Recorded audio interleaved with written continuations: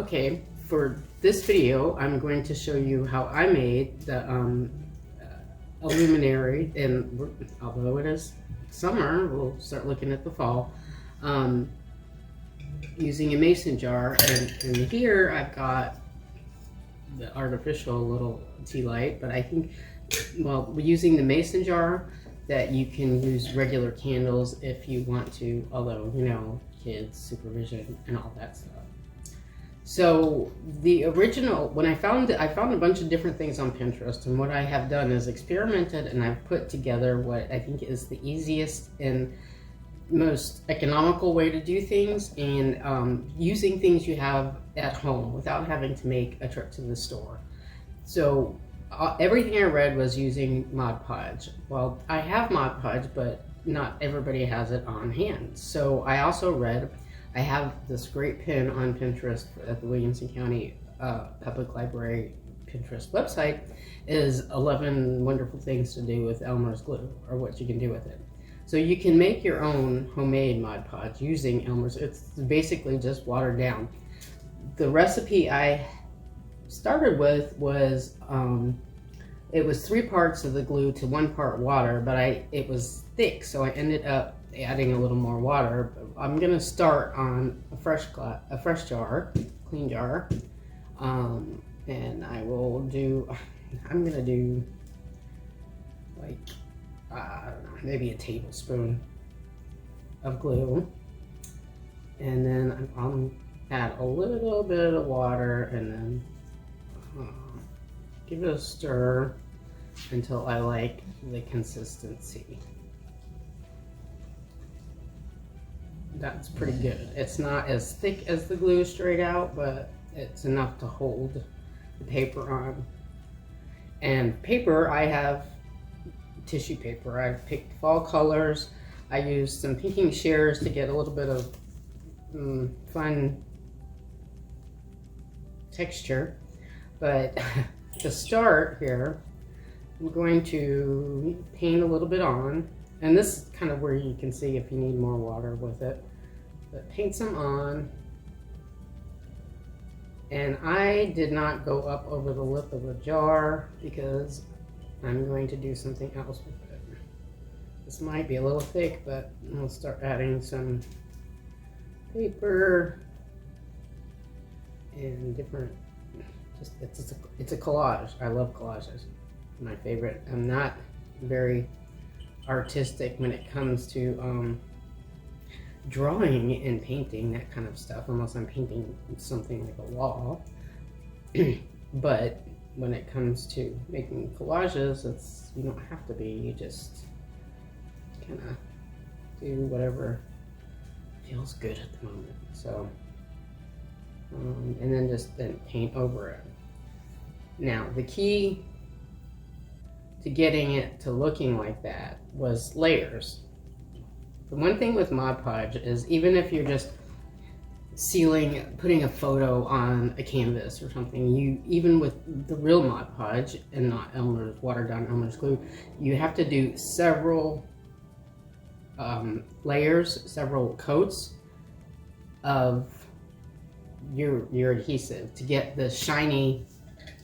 Let me take the candle out. To get this shiny look, you have to do several coats of just the glue. So I did a good amount of tissue paper, and then I let it set, and the parts that I thought were too clear, I added more tissue paper, more glue, and then when I was done with all the tissue paper, I did maybe 5 coats of the watered down glue to get the shine that you'd want from something, so it shines through. And that works. And it's gonna keep it, you could put this outside with your candles in it, like on Halloween or in the fall, and it'll be it's not gonna get water. If it rains, it's not gonna start peeling and everything, because there's so many layers of glue over it. I wouldn't put it through the dishwasher, but you could probably rinse it off without worrying about anything disintegrating. So you just keep working this. Just go over and over. So there's that part.